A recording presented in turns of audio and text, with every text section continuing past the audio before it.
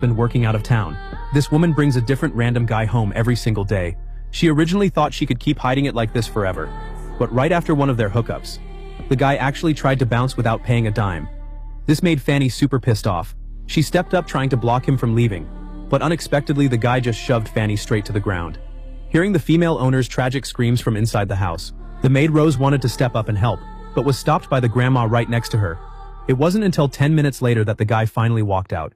Even with two maids standing right there witnessing the whole thing, he didn't panic even a little bit. Passing by a blacksmith shop, he even casually asked for some water. But what the two workers had no idea about was how massive of a disaster this act of kindness would bring them. Meanwhile, Fanny was trying to figure out how to hide her injuries when she looked down and saw two black maids cleaning up stains. A crazy idea instantly popped into her head. Help! Help me! Somebody please help me! Somebody! Help me! Help! Help!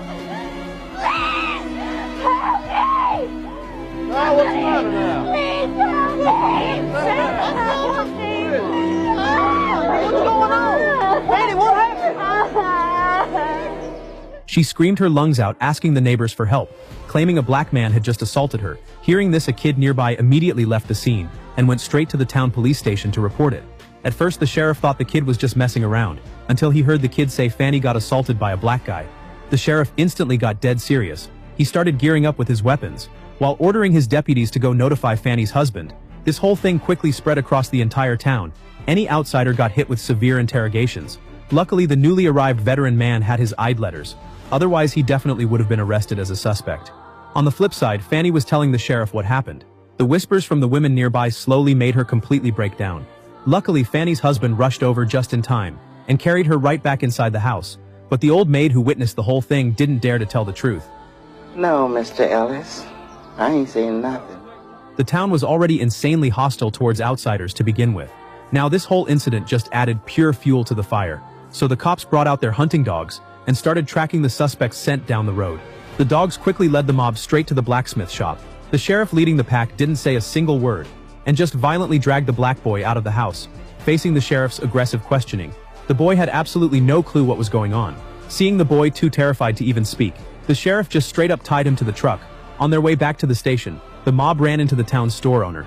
This guy had zero prejudice against other races. He recognized the boy as John, who was known to be super honest in town, trying to use this to clear the boy's name. But at this point, the sheriff had completely lost his mind, fully convinced that John was the one who assaulted Fanny, maybe terrified to the point of a total breakdown. This boy actually dropped his best friend's name. Even so, the sheriff still refused to let him go.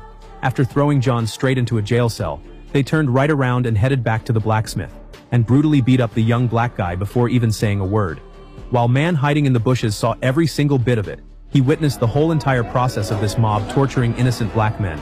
And right now, the lying Fanny was still getting pampered by her husband. Hearing her husband say a black man already died because of this, feeling super guilty, Fanny was just about to tell the truth, when a bunch of caring neighbors suddenly showed up at her door. Now she had no choice but to keep her massive lie going. Late at night, man knocked on his friend's door and brought him straight to the execution site. The brutal scene made it impossible for all the black folks to even look. The lead pastor suggested everyone leave this place to lay low, but Sylvester, who grew up here, flat out refused to leave, trying to hype up the others to fight back against the enemy together. Hearing this, man turned around, getting ready to leave the scene. Mr. Man, there be some trouble around here, sir. We could sure use your help. I just came from one war, friend. Ain't looking for another one. Let him go, Sylvester. For all we know, he could have been the one that done this thing. They said it was a stranger anyhow. Talking crazy now, preacher. I wish y'all luck. Realizing the spearhead was about to point right at him, man left the town without a single ounce of hesitation. It wasn't until this moment that the old maid Sarah, who saw everything, finally told the truth. I seen his face. He was white as butter. What? Until noon the next day, the sheriff still had zero clues about man. While resting, they accidentally heard a passerby say they saw man at Sylvester's house. So these violent mobs gathered right in front of Sylvester's house that night. And at this exact moment, Sylvester's family was celebrating their kid's birthday. Sylvester was even happily playing the piano, until bursts of dogs barking came from outside. They finally realized they were completely surrounded. Seeing the hot-headed Sylvester getting ready to grab a gun and fight, Grandma Sarah, who had a lot of respect locally, walked right out the door, trying to explain the whole entire situation to everyone. I know y'all. I was Midwest to more than half of you, and some of you younger. I done seen you come up from babies to now. Ain't nothing gonna come of this. It don't make sense. My Sylvester ain't had nothing to do with this mess. I was there with Miss Fanny. I seen the man's face as plain as day. And most of you men know that that man was white. With a single gunshot, the entire scene instantly went dead quiet. The ridiculous lie Fanny made up just to cover her own selfish desires actually acted